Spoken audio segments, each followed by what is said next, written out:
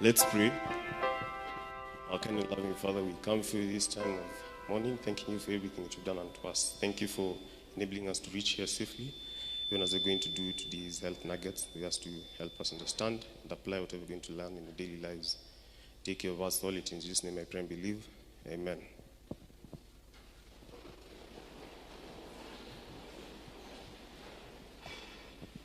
Well, happy Sabbath. Happy Sabbath. I am Davis Ongeri, and I'll be taking you through today's segment of the Health Nuggets. So today we'll be talking about asthma, and as you all know, asthma is a common illness. It affects a lot of people worldwide, and according to a publication by the Ministry of Health, it is a disease, it is the most common chronic respiratory disease in the world, and it affects about 4 million people in Kenya alone. So today's talk is aimed at sensitizing the layman about asthma in general, about what it is, about its causes, its signs and symptoms, its etiology or how the disease progresses, and finally its treatment, including how to manage an acute asthmatic attack. So moving on, by definition, asthma is a chronic inflammatory condition which is characterized by the narrowing of the respiratory passageways, which causes difficulty in breathing and, if unchecked, may be fatal. So chronic in this case denotes an illness which persistently progresses, and inflammatory denotes a condition which, a disease which causes a physical condition where a part of the body becomes swollen, reddened, hot, as in temperature, and painful. So, asthma as a disease is typified by chronic inflammation of the airways and exacerbations or attacks, which are due to triggers that cause smooth muscle spasms and excessive mucus production in the respiratory tract. Muscle spasms here mean the involuntary and sudden muscular contractions, which in this case are muscular contractions which happen in the bronchi and bronchioles, which are divisions of the trachea, which is commonly known as the windpipe. So on to causes. It isn't substantively known what causes asthma. However, some causes which are thought of are along the lines of genetic factors and environmental factors. With regards to genetic factors, there have been some genes which have been isolated in patients having asthma, which have been thought to cause or progress asthma as a disease. And by virtue of having a family history of asthma, it would propagate that probably you would be more at risk of getting asthma as a disease as well. And as far as environmental factors is concerned, this is explained by the hygiene hypothesis, which suggests that individuals who are less exposed to harmful pathogens growing up or while they were young are more at risk of developing asthma as a disease later on in their lives. This gives rise to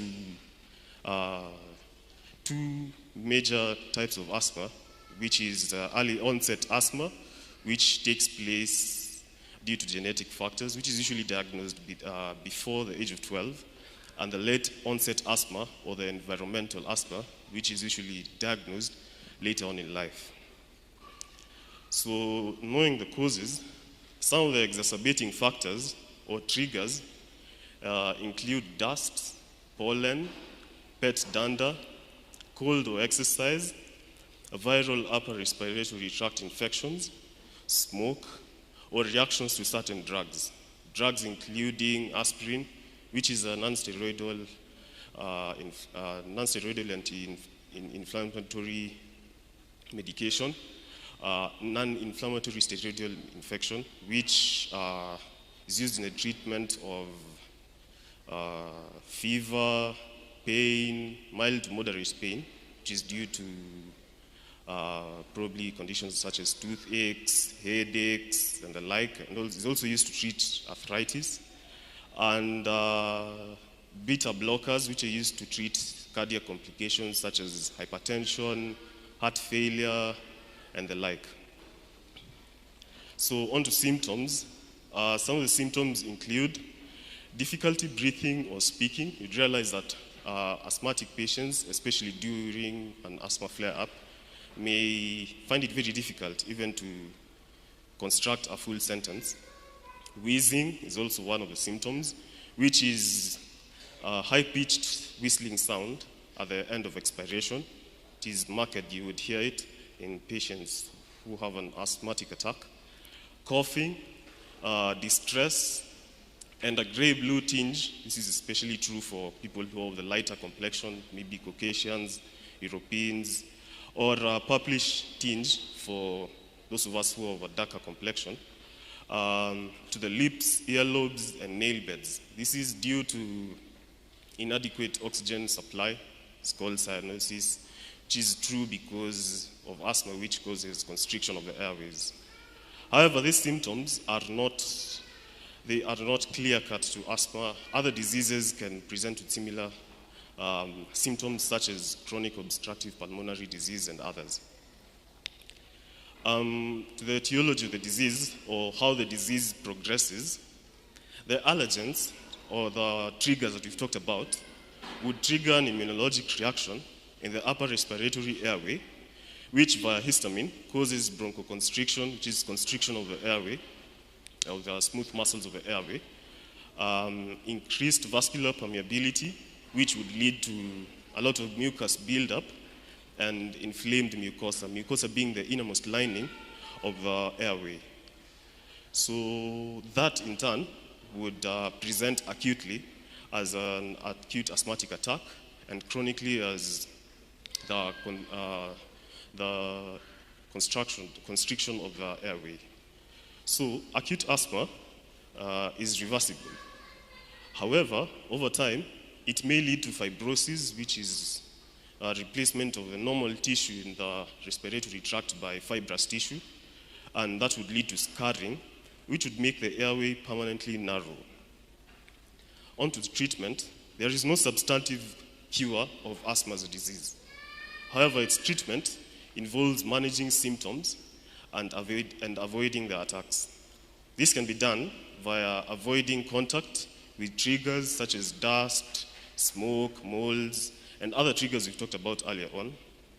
And in case of an acute asthmatic attack, some medications such as bronchodilators, which are usually in the form of inhalers, such as Ventolin, Proventil, and the likes, could be used, of course, in combination with other inhaled corticosteroids, among other drug options, of course, depending on the severity of the asthmatic attack.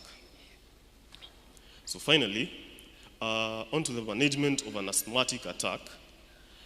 In case of an asthmatic attack, most asthmatics usually work with the first relief inhaler.